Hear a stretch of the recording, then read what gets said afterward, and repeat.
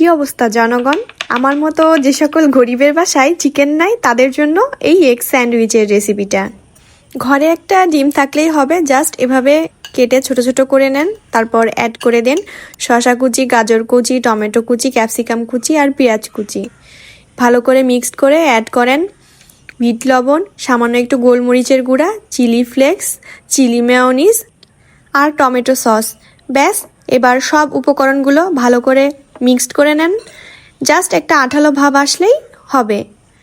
এইবার নিয়ে নেন ব্রেড, চারপাশের বাদামি অংশগুলো ফেলে দিয়ে ব্রেডের উপর প্রথমে একটু টমেটো সস দিয়ে তারপর মাখানো উপকরণটা দিয়ে উপর থেকে আরেকটা ব্রেড চাপা দিয়ে দেন। এই তো স্যান্ডউইচ রেডি হয়ে গিয়েছে। আমি আবার একটু চিজও দিয়েছিলাম একটাতে, তারপর আমি সেঁকে নিয়েছি। এইবার জাস্ট মাঝখান থেকে কেটে নিলেই খাওয়ার জন্য একদম রেডি আমাদের এগ স্যান্ডউইচ।